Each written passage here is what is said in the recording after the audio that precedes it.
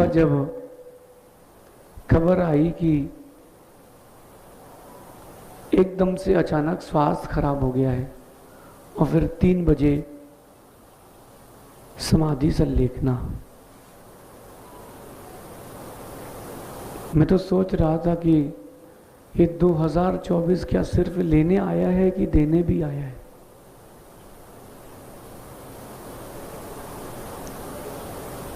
जम्बू द्वीप में जैन भूगोल कहता है कि जम्बू द्वीप में 2 सूर्य हैं, फिर क्रम क्रम से दुगने दुगने असंख्यात सूर्य चंद्रमा इस मध्य लोक में है। जम्बू द्वीप में 2 सूर्य,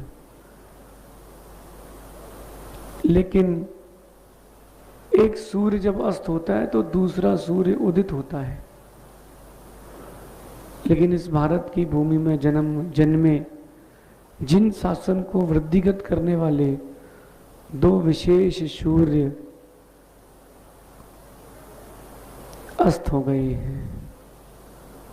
कुछ दिन पहले आचार्य भगवान विद्यासागर जी महाराज की संलेखना पूर्वक समाधि मरण का समाचार था और आज दक्षिण की ओर उत्तर का सूर्य विलय को प्राप्त हो गया।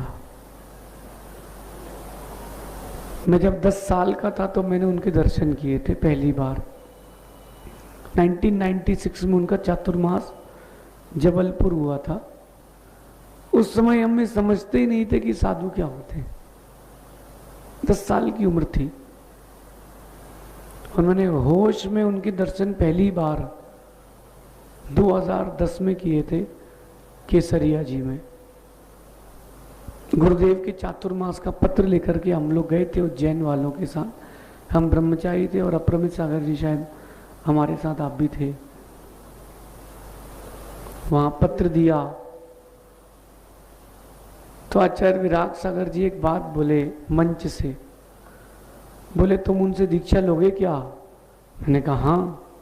तो बोले बेटा एक बात हमेशा ध्यान रखना, वो स्वयं आचार्य बन गए हों लेकिन आचार्य विशुद्ध सागर जी अपने गुरु की गरिमा पूरी रखते हैं। बोले वो स्वयं चातुर्मास आदि के निर्णय लेने के योग्य हो गए हैं, लेकिन आज भी कोई पंचगणक होता है तो वो उन्हीं के पास, मेरे ही पास भेजते हैं। जब तक गुरु की अनुमति ना हो नहीं जाते। और मैंने इसका प्रत्यक्ष उदाहरण देखा। 2014 दिल्ली के पास पंचगणक था, धर्मचंद जी शास्त्री का जो क्षेत्र बन रहा है, आचार्य वर्धमान सागर जी और आचार्य विशुद्ध सागर जी के सानिध्य में पंचगणक था। प्रशस्तियां लिखना प्रारंभ हो गई थी, लेकिन गणाचार्य भगवान ने कहा कि शिष्य अभी बहुत छोटे छोटे बच्चे हैं, इतनी गर्मी में दिल्ली नहीं जाओगे।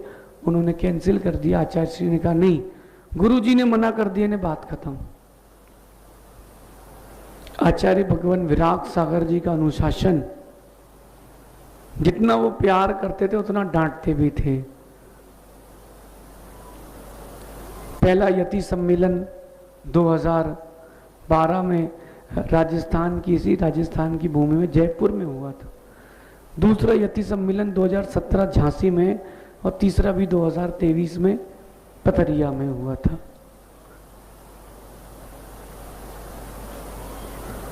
जब हम अपनी दीक्षा की तिथि लेने उनके पास गए थे, आपको अनुभव बताता हूं, तो उन्होंने कहा कि विशुद्ध सागर जी ने निश्चित कर लिया क्या कब दीक्षा देना है? हमने कहा नहीं नहीं, उन्होंने निश्चित किया है कि दीक्षा देना है, लेकिन जब आप बोलोगे तभी देंगे। अरे बोले वो तो आगे से आगे पंचगणक ले लेते हैं। मैंने कहा आचार्य श्री कोई भी तिथि निश्चित नहीं, जब आप बोलोगे तब।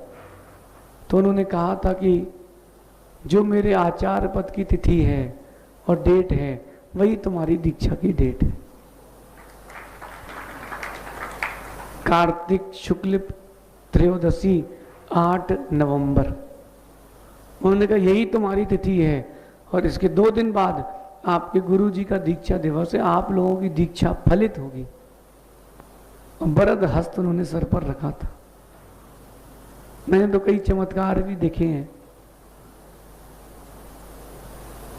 अप्रमित सागर जी की पथरी 10 mm 15 mm की पथरी, 10 साल से जहाँ परेशान थे कि हर दिन पथरी बढ़ती हो बढ़ती हो। हम लोग वैयावर्ती कर रहे थे, पंचकड़ा के पश्चात कमरे में थे, तो इन्होंने यूं ही बोला कि आचार्य श्री हम बहुत परेशान हैं पथरी से। तो बोले इधर आओ, कहाँ तकलीफ है? इन्होंने कहा यहाँ पीछे। उन्होंने यूं हाथ फेरा, बोले आज के बाद नहीं होगी। तब से पथरी थी ही नहीं, है ही नहीं। तब से ना उसकी वेदना है ना उसका स्थान है। ये उनकी वरद हस्त का कमाल। और हम पर तो बहुत खुश थे। देखो मेरा सोचना है कि अगर गुरु और उनके गुरु आप पर प्रसन्न हो, फिर सोचना क्या दुनिया में किसी के बारे में। लेकिन दुख इस बात का है कि अब पिताजी तो हैं, दादा का सुख कैसे मिलेगा? और वो सुख दादा का सुख दादा का ही होता है, वो पोते ही जानता है कैसे होता है। मैंने उनके सामने एक प्रवचन दिया था जयपुर में, मुझे आज भी याद है। तो उन्होंने बोला कि ये विशुद्ध सागर जी के शिष्य हैं, घड़ी रख दो। तो हमने बोला कि आचार्य श्री हम वैसे ही पहली बार बोल रहे हैं, और दूसरी चीज ये है कि अगर कुछ गलती हो तो क्षमा करना, क्योंकि नाती पोते तो कुछ भी बोल देते हैं। वो मूंछ भी खींच लेते हैं, दाढ़ी भी खींच लेते हैं, सर पे भी चढ़ जाते हैं। दादा दादा घोड़ा बन जाओ, दादा मना ही नहीं करते, क्योंकि मूल से ज्यादा ब्याज कीमती होता है। मैंने उस दिन प्रवचन दिया था कि आचार्य विमल सागर जी ने आचार्य श्री का नाम विराग सागर क्यों रखा, जबकि उनका नाम क्षुल्लक पूर्ण सागर था। जब उनकी दीक्षा हुई थी क्षुल्लक दीक्षा, तो आचार्य सन्मति सागर जी ने उनका नाम क्षुल्लक पूर्ण सागर रखा था। और जब वो दीक्षा लेने गए थे औरंगाबाद, और देखो समाधि भी औरंगाबाद के पास ही हुई, तो आचार्य विमल सागर जी ने उनका नाम रखा विराग सागर। मैंने बहुत सोचा कि उनका नाम विराग सागर क्यों रखा गया। फिर संस्कृत से देखा तो संस्कृत में वी उपसर्ग आता है।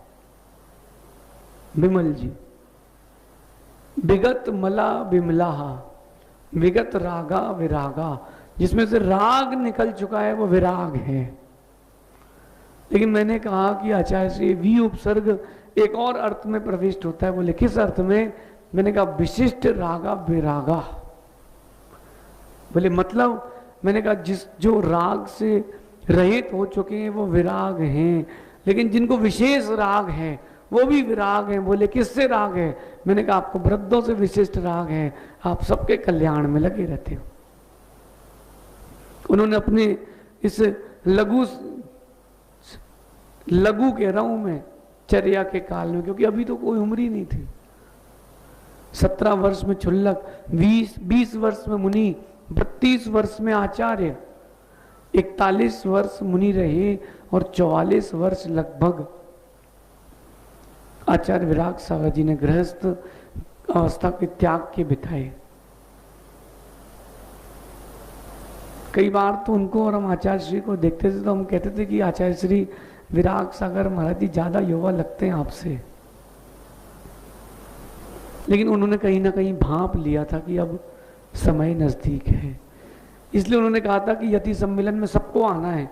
मैंने खबर भेजी थी कि आचार्य श्री अभी अब इतने बड़े बड़े आचार्य आ रहे हैं, हम छोटे से मुनिराजों का क्या काम है? बोले नहीं, सबको आना है, हो सकता है कि आखिरी हो मेरा।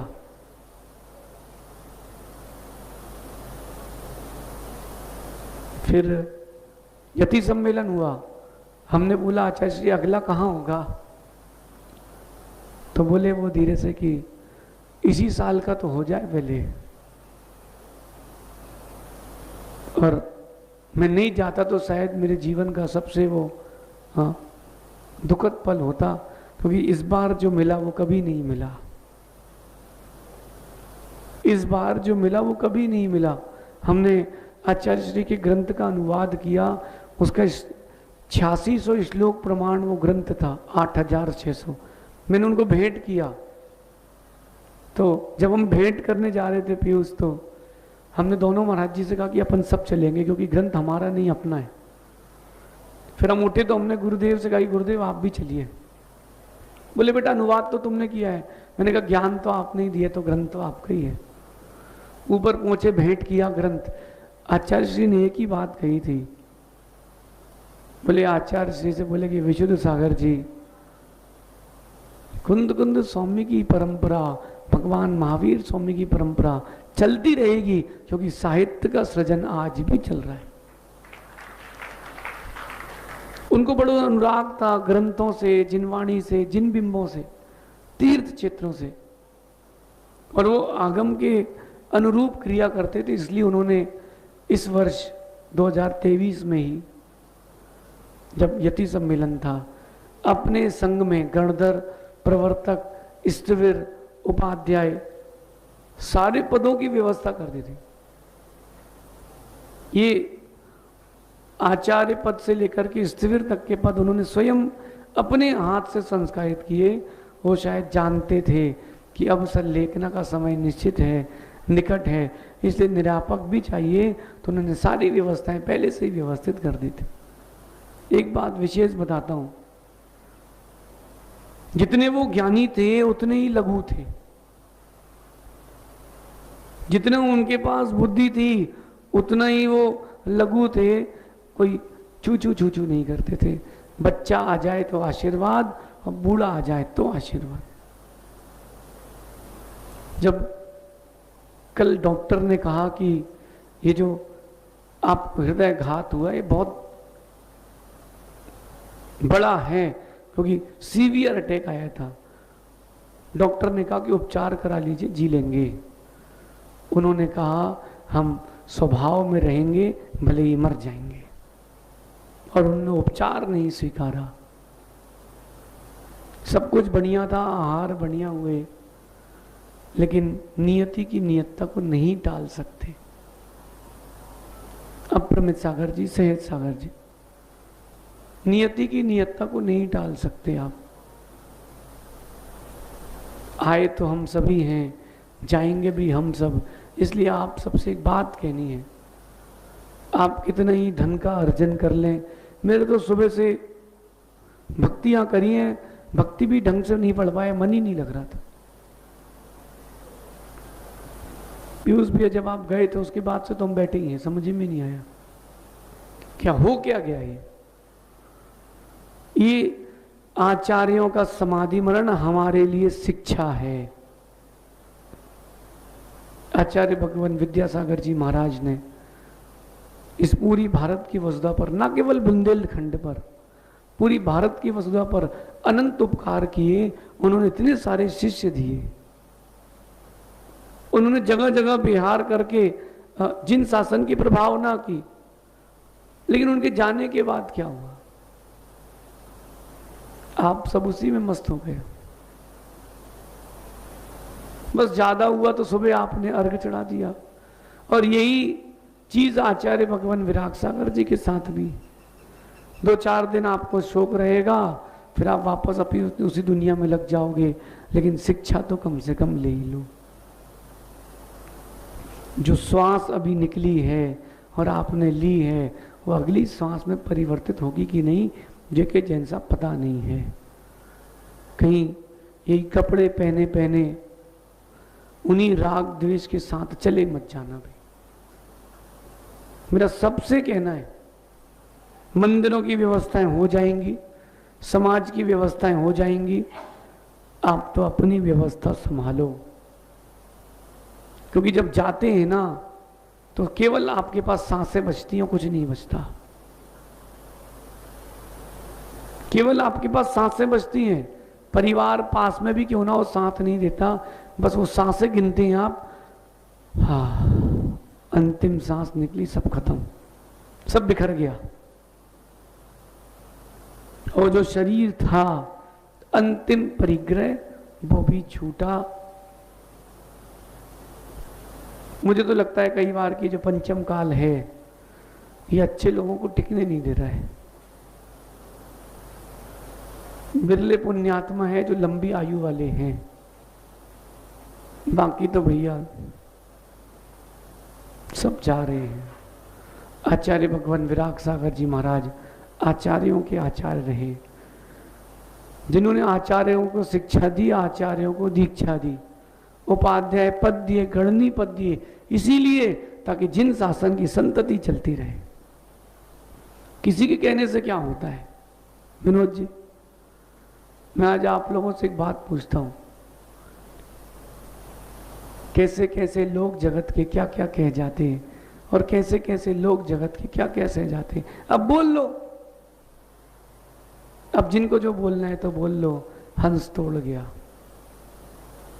ध्यान रखना, जिन्होंने साधुओं की साधना की अनुमोदना की है उनकी निर्मल समाधि होगी, जिन्होंने अनुमोदना नहीं करी उनकी कैसे होगी? जो निंदा करते हैं उनकी भी निंदात्मक कृत्य होते हैं। आचार्य भगवान विराग सागर जी महाराज वर्तमान में सबसे बड़े सिद्धांत के ज्ञाता थे।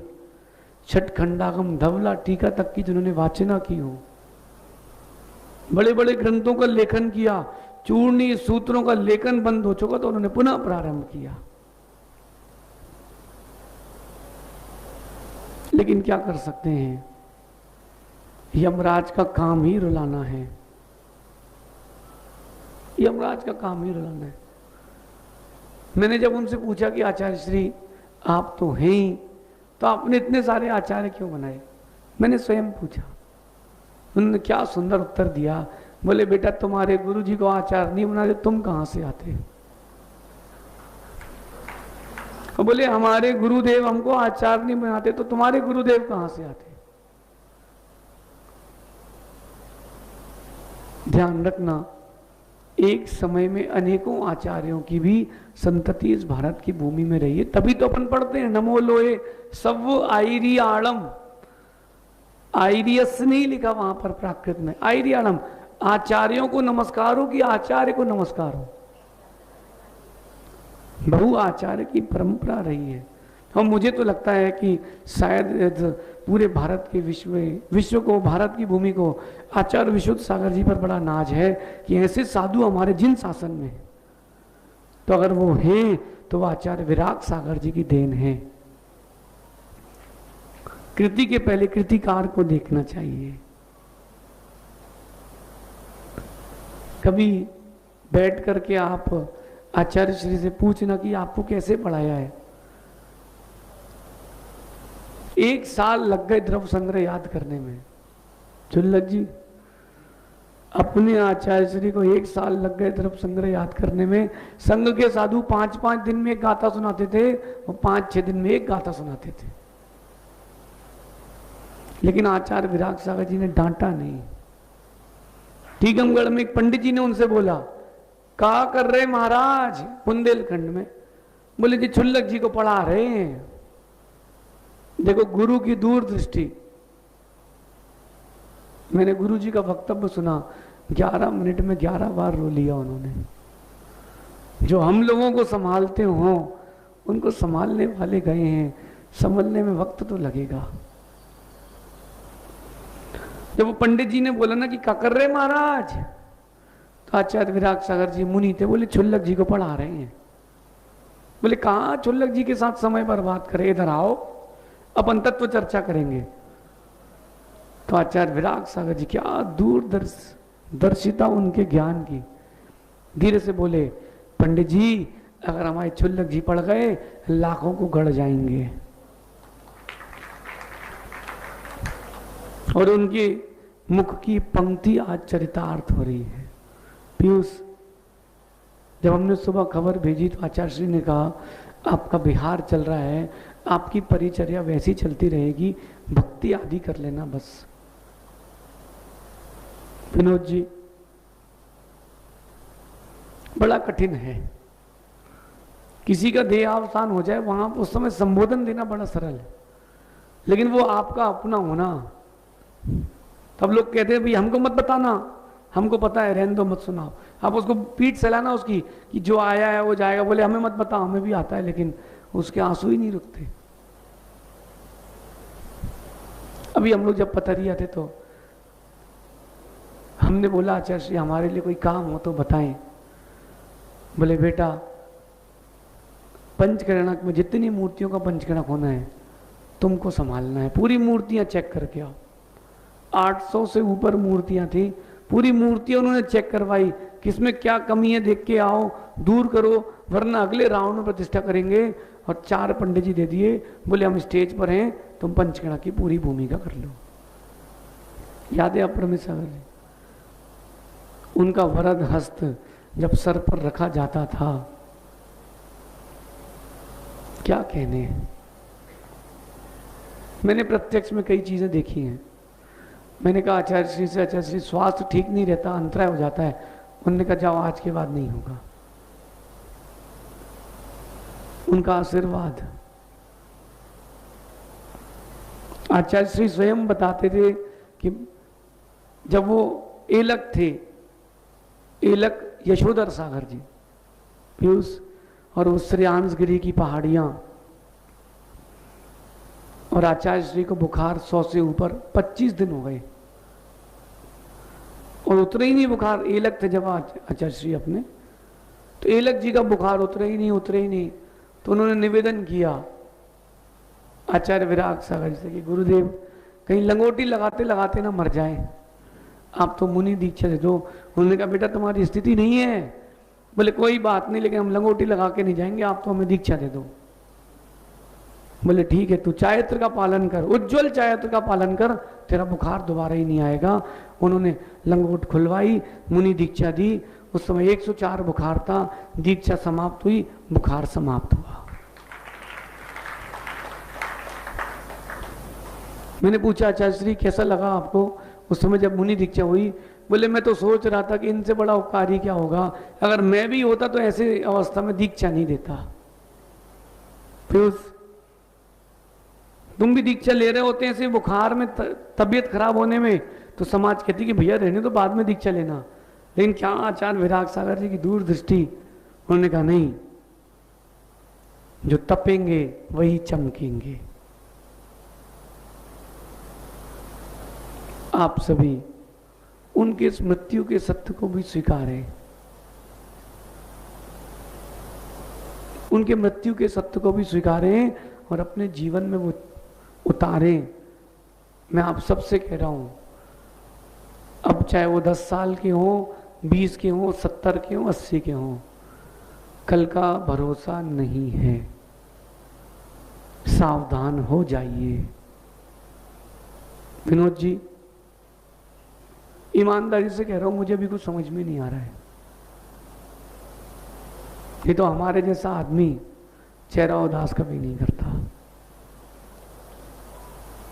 मैं सुबह पीयूष भी ऐसे यही कह रहा था कि कोई मतलब ही नहीं है, आप अपनी साधना करो और सार इसी में है ना। श्रावक के लिए यही उपदेश है कि धन कमा लो, घर बना लो, होना कुछ नहीं, उस घर में तुम्हारा बेटा भी नहीं रखेगा, संस्कार करने बाहर ले जाके छोड़ देगा। तो क्यों करें, क्यों परेशान हो? अनित्य भावना का चिंतन करें। चुल्लक जी, कल जो स्वाध्याय में पढ़ा था वो आज घटित करो। अनुप्रेक्षाओं का चिंतन ही आपको दुख से बाहर निकालता है। अनुप्रेक्षाओं का चिंतन। मां, कितनी आप सोना चांदी साड़ी जोड़ लो, बच्चों की शादी कर लो, होना नहीं है कुछ, बचना कुछ नहीं, आखिरी में जाओगे ओम, खत्म सब। 1 मिनट के लिए सोचो कि आप मरणासन अवस्था में, आप सबसे कह रहा हूं, अपनी ही काठी देख लें 1 मिनट के लिए। कोई अपशगुन नहीं है ये पम भाई। अपनी काठी देख लो कि एक 8 लकड़ियों की, बांसों की एक लकड़ी बना दी गई, एक स्थान बना दिया गया और आप लेटे हो, नाक में रुई लगी है, रस्सी से बांध दिया गया है। उसके ठीक 10 मिनट पहले, मरने के 10 मिनट पहले आपके पास क्या बचा था? बेटा था उस समय, बेटी थी, कोई नहीं बचा था। जब अंतिम सांस निकल रही थी कोई नहीं बचा, बस आप ही आपके बचे हो। एक बात ध्यान रखना, साधुओं की संलेखना समाधि मरण हो चाहे श्रावक का हो, उसमें नमोकार के उच्चारण का कोई मतलब नहीं, अंतरंग की भावना होना चाहिए।